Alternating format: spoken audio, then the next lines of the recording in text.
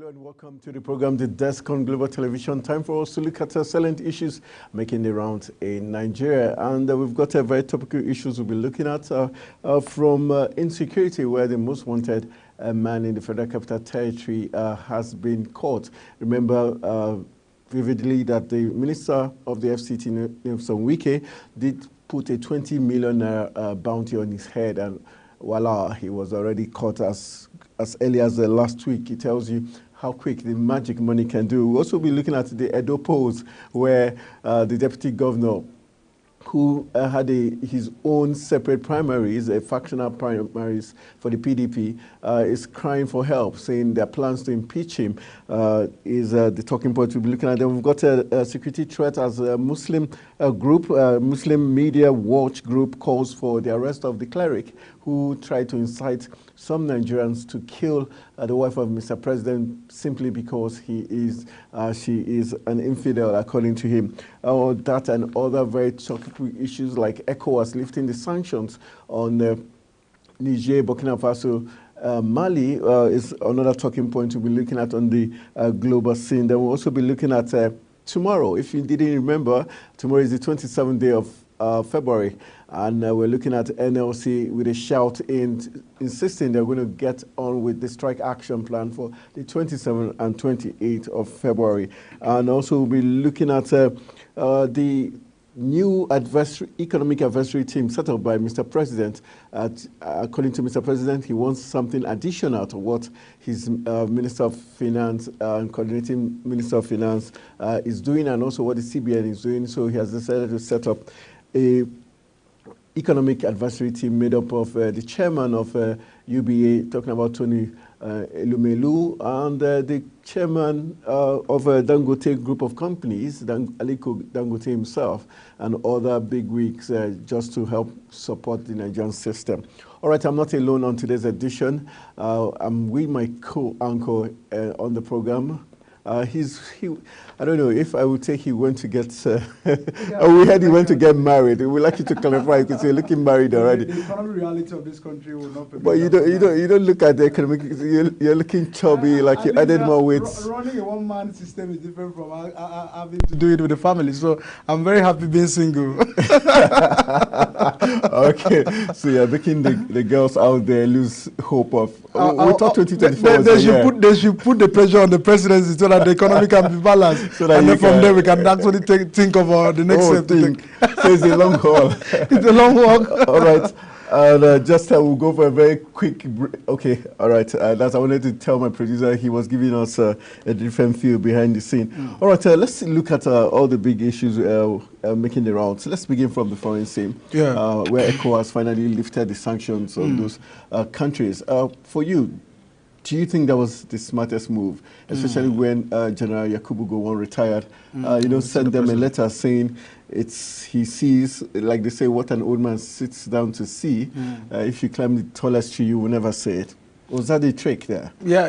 It is what ECOWAS ought to have done, from the initial times when these issues between Niger and the regional bloc started. They started using war against the principle of using diplomacy. Okay. So right now, they now see that, of course, those guys came out to tell the world that they are ready, to form a confederation, and they are ready to do away with ECOWAS, that are not coming back. We can do without you, we can survive without you, and all of that. So it now occurred to ECOWAS that these guys are the main business. And as we stated the other time, these are the people that are currently being happy, being under the military regime that they want, and that the people are really in support of the government of the day, and this is actually having peace, more peace to the state, and stability. Niger being rated 6th fastest growing economy. Exactly, because the corruption has been reduced. There are many things that many politicians were doing in the country have been reduced. So ECOWAS coming back through the back door again, having another meeting in Abuja. Yes, because that's the backdoor principles. This is what you ought to do from the beginning, and then you allow these people to go without calling on the leaders to do the right thing. And this is what we keep on saying, that the moment African leaders or even the ECOWAS country leaders are not doing the right thing, we will keep on having a strike like this. Many countries will want to withdraw. Many countries want to take the leadership on their hands and do away with democracy when they know democracy is destroying their countries or destroying their commonwealth. That's the point that we're trying to say. So by the time ECOWAS are coming today to say, okay, please, we have actually reinstated you, we don't all the privileges you have been enjoying and all of that. These are the countries that have stopped their borders, even flights coming in from their countries, to the neighboring countries. So it's sad. I don't know how they're gonna do this because even the president had earlier sent a delegation, I think, former head of state to be in that country. He didn't produce any result. So sitting now in Abuja to also let Tinubu visit. We have not seen Tinubu visiting Niger. All right, let's before our guest joins us, let's quickly look at the other issue as regards the president setting up an economic advisory team. Is this technically not an indictment on the part of Mr. President himself and losing faith in his coordinating minister of the economy? It is really sad to me. Would the minister be so happy? It's really sad. It's now also giving us, the feelings that it seems that the presidency doesn't know what they are doing. This is the man that told us that he hits the ground running from day one, and it's more than 8 months right now. It seems that they're still trying to. They will test this policy and see if it works. Of the strategy of the race.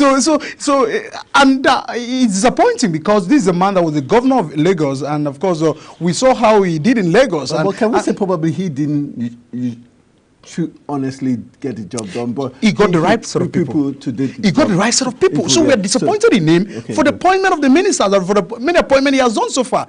It's about rotating politicians, to run. We're having more politicians in the cabinet than technocrats, and that's the issues. So right now he has acknowledged the fact that the people that he's bringing today are the people that from day one. Today, Elumale visited me after inauguration and all of that. So I was even thinking that, part of the meeting or what they discussed was for them to do what, the list is actually saying. So bringing Tony, bringing Dangote and all of these guys is what we would have ought to do. They are the ones that are running the system, truthfully. So it is about also the fact that it seems the president is acknowledging the fact that this work ought to be done. But can we also look at it? Let me play the devil's advocate. Can we also say he knows that these men are the men who sways where those dollar signs go? They know our issues.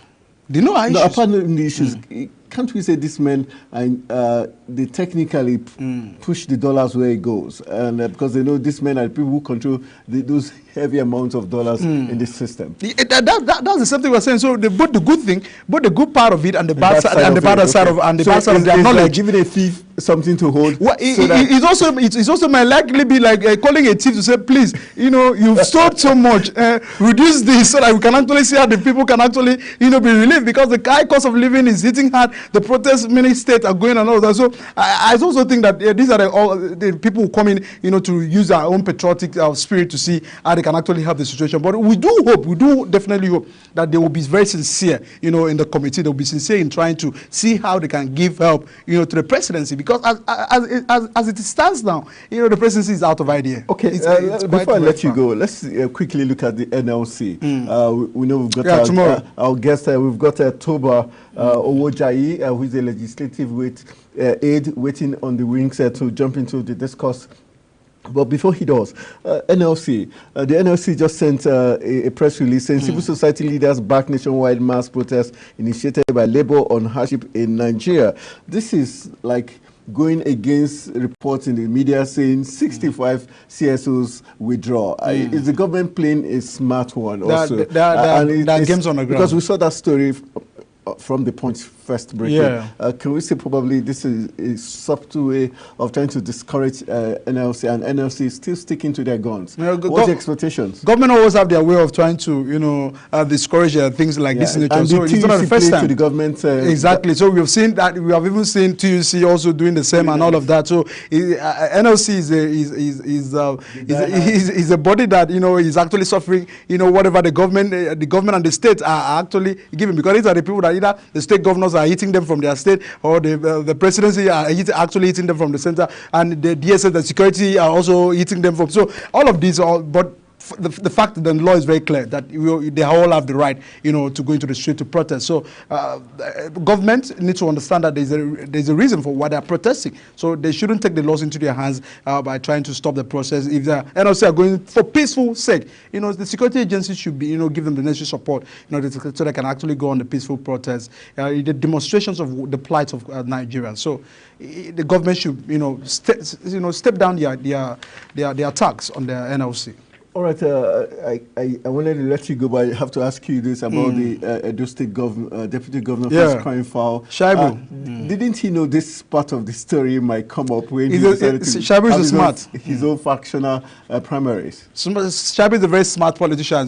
You understand that the system was not for him, so he needed to see how he can actually use it. Because if you look at the people that have signed that list, you also have people that came from Abuja. So if the party wants to start, questioning the process, so they have to also I recall those that came from Abuja to go and conduct the parallel primaries for Shaibu. So the fact that he didn't do this alone. So, but we understand his party politics, however. But this shouldn't stop. This shouldn't lead for impeachment as a deputy governor. He should be allowed to. If he's impeached, where would this leave him?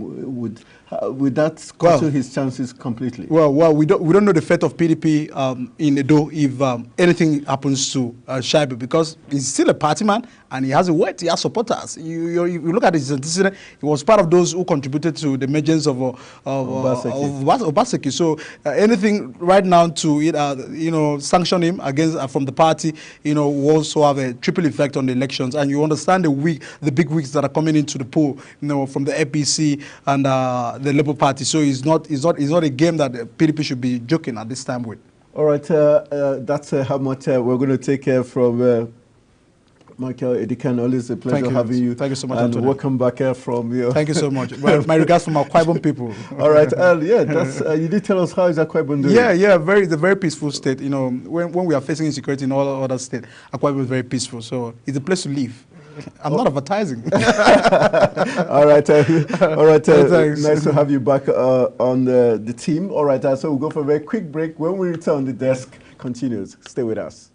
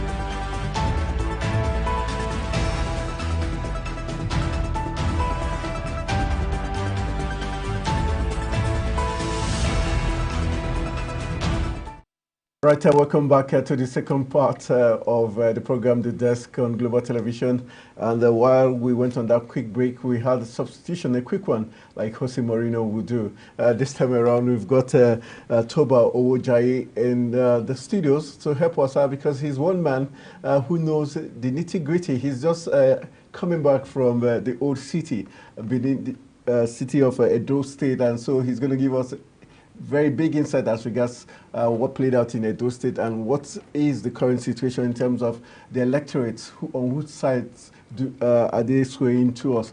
Nice to have you back Thank you, Tony. to the FCT. Thank you very much. All right, let's begin from Edo State because it's very important. Let's look at the elections, the primaries for the PDP and the APC, and the Labour Party. And the Labour Party also. How did the people take these primaries? I think the three primaries panned out. All of them controversial? All controversial, but they panned out the way the people and the stakeholders wanted it to go. Okay. If you looked at the APC election, the biggest name in the APC, Adams Oshomole, wanted somebody from Edo South.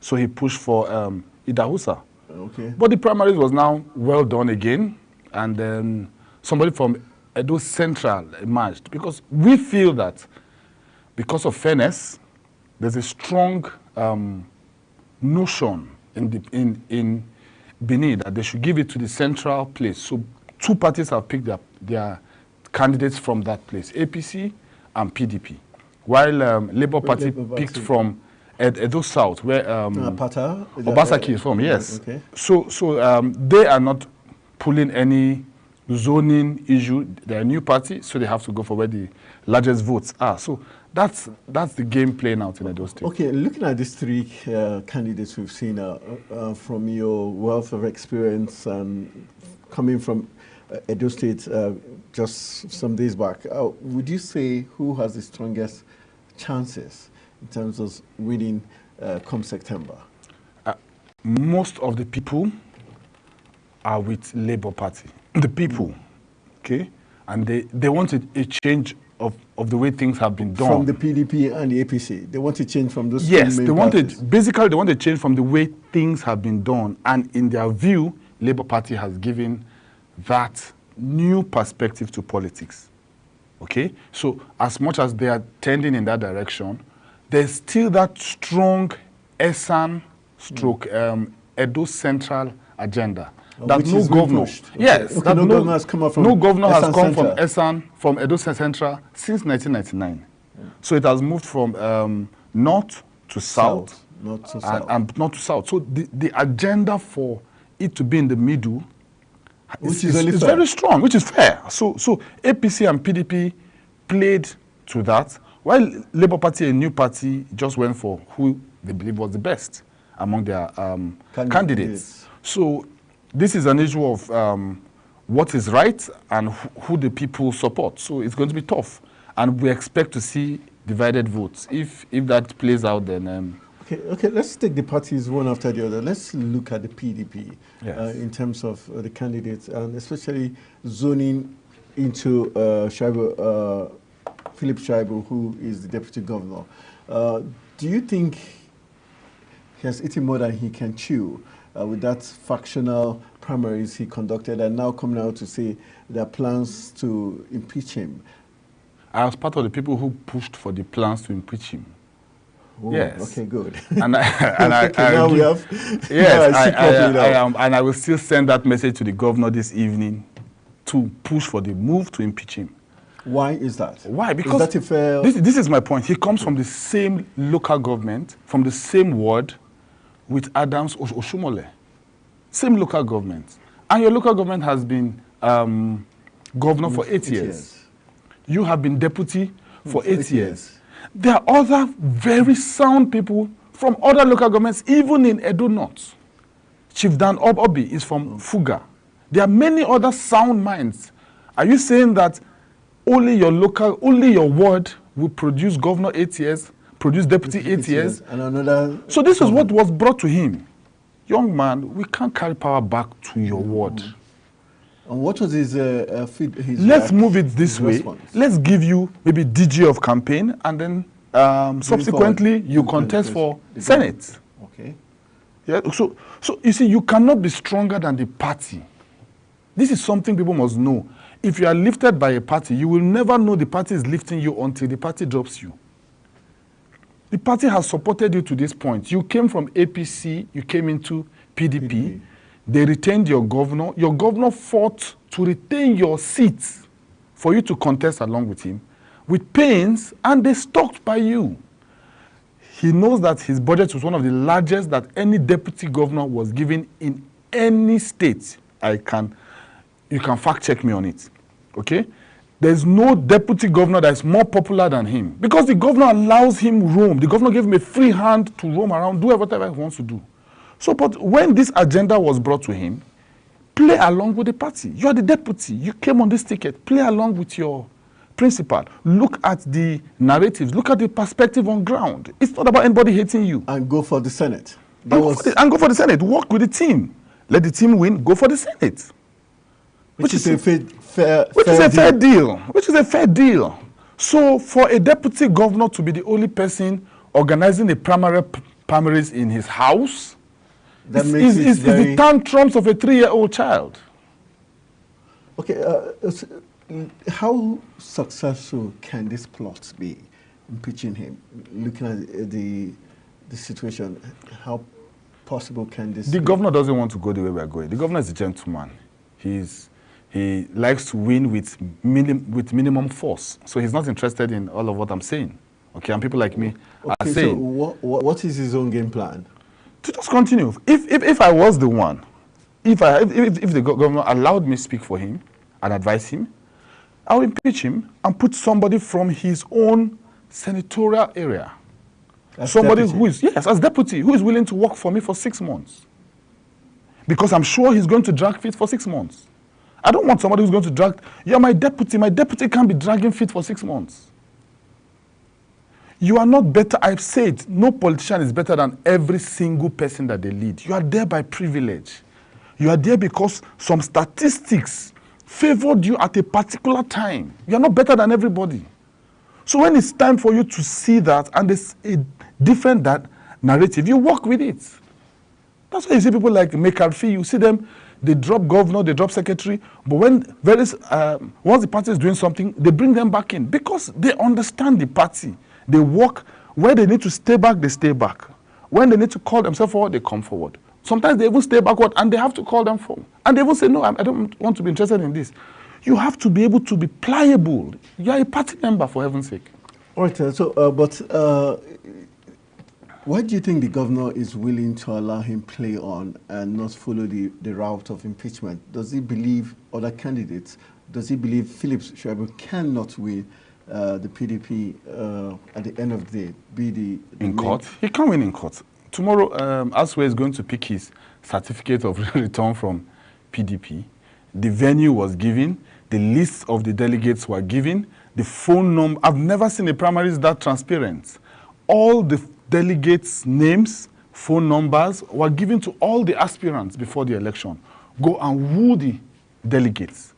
The venue was given, accreditation was given to all workers, given to all media. So what if you wanted a fair game? Go and talk to the delegates. Go and So he didn't want to do. Yeah, he didn't do all of that before they even finished accreditation. He had already announced himself in his parlor as the winner of his own primaries. What hurts me is that this is a deputy governor, for heaven's sake. How are you deputy? Okay, let's look at, so what would this mean for the remainder of the months leading to the election? If the governor does not move for his impeachment and if other members do not move for his impeachment, how tricky would this be for Governor Obaseki, having a deputy that is like an enemy within? Last week, they went for the inauguration of Diri in Bayelsa, and where everybody sat down earlier to the event.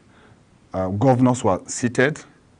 Shaibu came in late and went around and started shaking all the governors one by one in front while the event was ongoing. And he walked to Obaseki, and Obaseki didn't shake him. And they wanted to make a big fuss about that. Which other deputy did he see in that event? Governors were present. Which other deputy governor did he see present at that event? Who else did he see come in late and start shaking hands across the table? This is just somebody throwing unnecessary tantrums. It's basic. Call him to order. Okay, let's look. Or leave him alone. Do you think he's likely to cause mayhem? Because we know that I knew him from University of Jos, where he graduated, and he has been always on the other side of the divide. I know. Do you think that he might bring that part into the elections? The election if he doesn't get his way. Yes, he can play a spoiler role. Anybody he joins will get stronger. I'm not undermining his strength. He's strong. He's good with youths. He's a homeboy. He's a more yoppy person. Okay, so he has people he's endeared to. Some of the youths like him. Some of the youth structures are funded and settled by him. So he has some people. And if you have him on your side, it's an advantage. If he can settle with the PDP, it's an advantage for the PDP. Whoever he settles with has some advantage. But he should know that he doesn't have the strength enough to pull this election. Well, is he likely to move to any party that will give him that chance the way it is now? Do you think the APC might want to woo him to their side, or the Labour Party? He has said he will contest this election. I thought he would jump into SDP. I've expected him to move into SDP for the last 3 months, because I've seen all of his campaign posters. Billboards are color orange, all. So this is somebody who may have already prepared to enter SDP and pick the tickets. SDP is the only party with the orange color. So I've expected this move for a long time. But if you want to do that, just do it peacefully. You have a right to contest. You have a right to contest anywhere. Yes, they even told you this is what the party wants, but you still had the right to contest. Nobody took that right from you. But what will now be unfair is for you to now decide to hold the whole party ransom for that.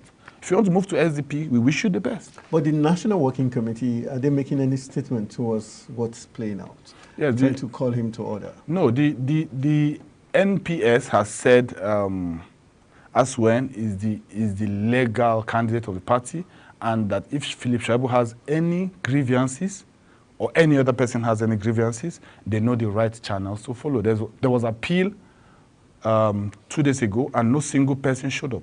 So, all right, let's see. We'll keep our fingers crossed and watch carefully what's happening in Edo State. Let's move on to some other issues on the ECOWAS regional bloc. The sanctions finally lifted.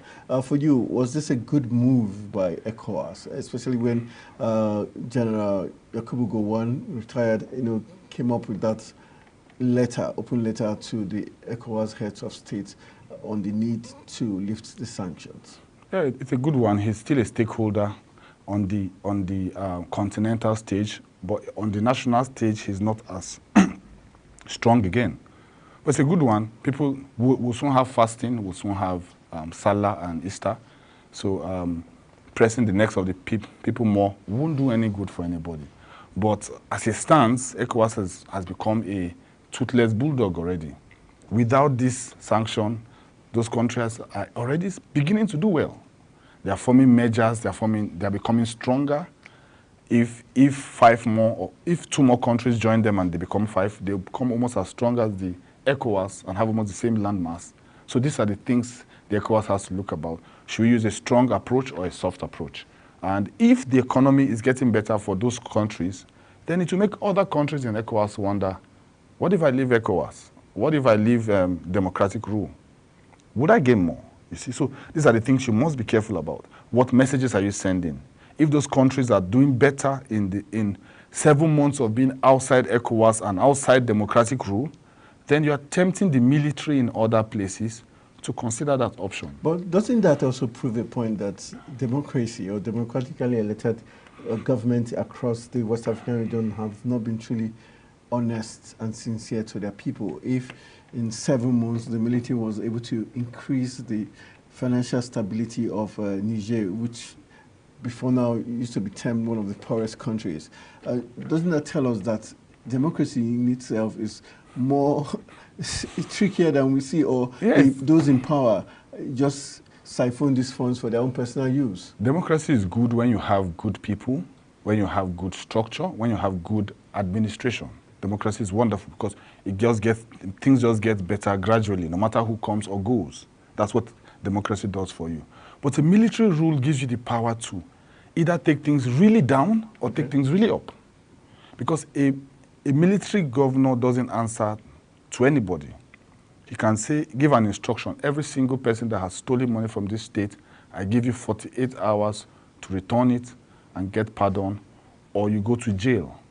He's not answerable to the constitutions are suspended. That's how strong it is. So if he says that, whoever has stolen money rushes and brings it out. But you can't do that in a democracy.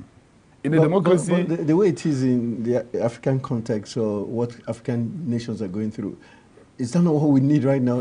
Yeah, but I'm just saying that in a democracy, you can't force somebody to do anything. You have to take him to court. You have to... It has to be weighed on by the Senate. Every decision has to be weighed in by the Senate, by the House of Rep. You have ministers. You have a lot of bureaucracy, which I'm saying, if you had built strong institutions, like America, you build strong institutions, whether Trump is there or Biden is there, America doesn't fall.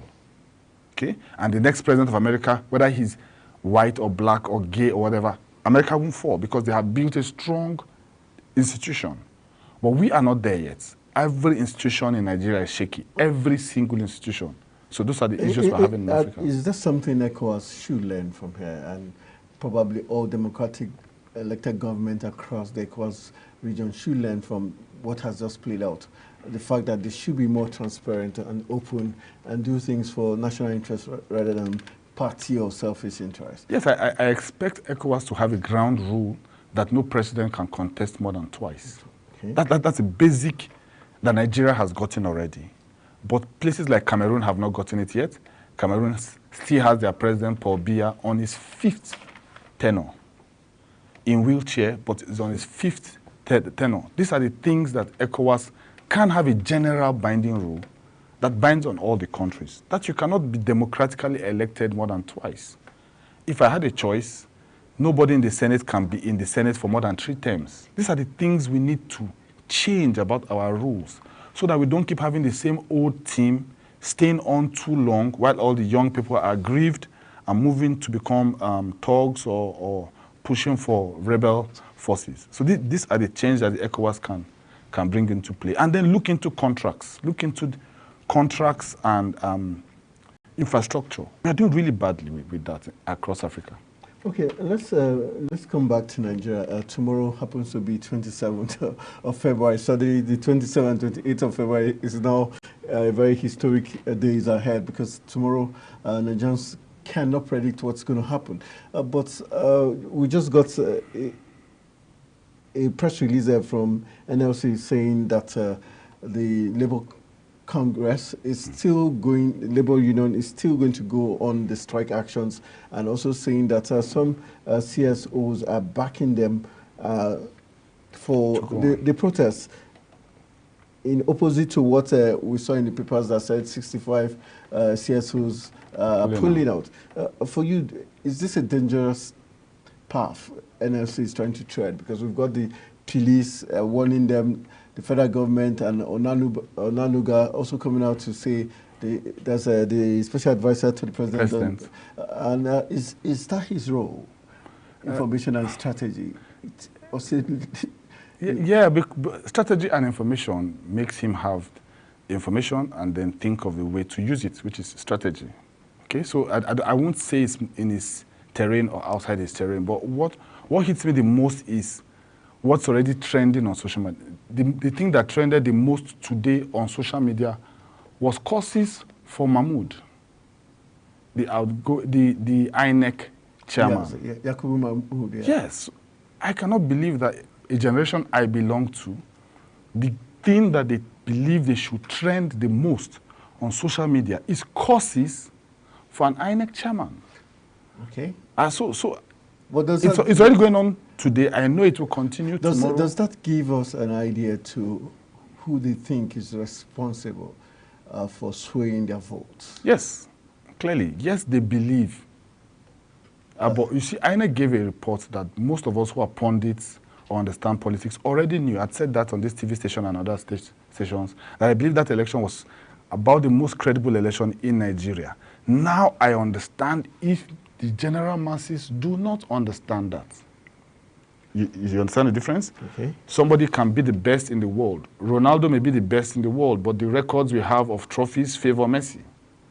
So there are times that you have those kind of differences. And then you have a lot of people who are social media people, voted a candidate. And truly, most of them on social media voted that person, and that person had most of their votes. But that doesn't account for people who are not on social media and in some other region of the country. So this is where, when people feel cheated, they get more angry. I'll give an illustration. I went to a TV station, and I took all the guests after the TV. I said, let's go eat. And they were all happy. Hey, we went to eat, and after we ate, and I told them, actually, I was giving money to give you guys, but I said, let me take you to eat instead of give you the money. The same people who were happy 2 minutes ago got angry with me. Why will you take me to eat instead of give me my money? So I'm just showing you two circumstances. When they thought it was a free gift, they were happy. When they felt they were being cheated, they got angry. So this matters in Nigeria. A lot of people still feel cheated by the last election. All right, let's wrap it up. My producer tells me we've got another guest waiting in the wings to share his views as regards what's playing out. Let's look at the recent formation of the Economic Advisory team by Mr. President, where he brought the UBA chairman and Dangote group of companies chairman and other members. Do you think this is an indictment on the part of the coordinating minister of the economy and CBN government, all those in charge of the economy of Nigeria? The fact that the president does not trust them enough to get the job done or solve the crisis, and so decides to get another economic advisory committee. I think it's a last-minute sale. I don't think Elumelu or Dangote can help us because they are the people who make the most money from the present Nigerian situation. So is that not a technical way of telling them to slow down? No, it's a technical way of getting all of them on board. Just getting them on board because these are the major players. If prices keep jumping, you need the major players to want to be on your side so you can help to stem things down. I don't think that the demand in Nigeria of Indomie has tripled as the price has tripled. Not 3 times more people don't want to eat Indomie. That's why the price has gone 3 times up. So you want to go back and see the reasons that have caused this and bring most of those players on board so that you can be able to speak to them on a daily basis. You can keep things. Are they looking at subsidizing the prices, having them on board without reducing the prices? You see, there's a Price Control Act since 2007 by Obasanjo and Atiku. We have not used it in Nigeria. I think it's time for us to go back to that act, dust it up, and bring it back. The act puts a floor minimum price in the points of higher inflation or war and a ceiling, highest point. So I think we may have to go back there to restrain things. But that's not the best way to go. That's not the real way to go. That's an artificial way to solve these issues. All right. My final question will be, let's talk about we've got the Muslim group that have called for the arrest of the cleric who tried to incite some Muslim faithfuls to kill the wife of Mr. President, calling her an infidel.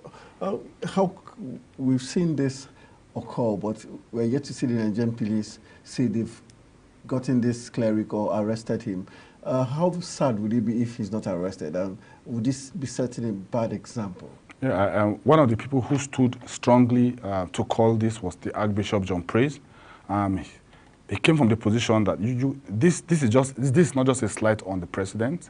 It's a slight on his wife. It's a slight on Christians. It's a slight on pastors. It's a slight on the whole country. But the cleric has apologized. That's where some people are having a double mind about it. I don't see why something. Yeah, that's what I'm saying. He should have first of all been arrested. First of all, without any apologies considered, he should first of all be arrested. That's where we should have started from, because we can't allow this go on. But he was able to cough out an apology on video within 72 hours of this happening, and maybe they have allowed it lie because the country is already hot. You know, sometimes you have to look beyond the law. You have to look at the state of the country. The country is already headed for a protest. if you now let a religious dimension of protest start, you may not be able to control everything when it mixes up. So maybe that's why they're letting it to lay low. All right, thank you very much for sharing your thoughts on these different talking points, and hopefully in the course of the week now you're back to the FCT. Yes, I'm back. We'll be talking more in the coming days and Surely. weeks. Thank you very much for joining us. Thank you very much. All right, we'll go for a very, very quick break. When we return from the break, we'll be wrapping up with our next guest, looking at some issues making the rounds. Stay with us.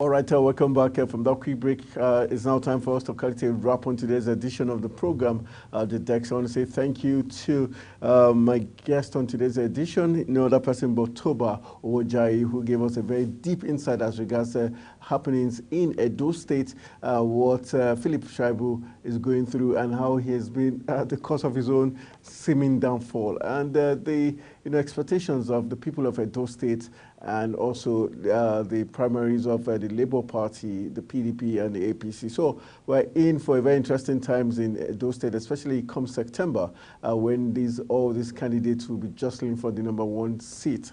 We'll be keeping our fingers and eyes firmly fixed on Edo State to see who comes out top at the end of the day. All right, I want to say thank you to the entire production team and also my co-anchor, Edika and Michael, for also joining me in the course of the program. My name is Anthony Momodi, saying thank you for always being part of The Desk. Good evening.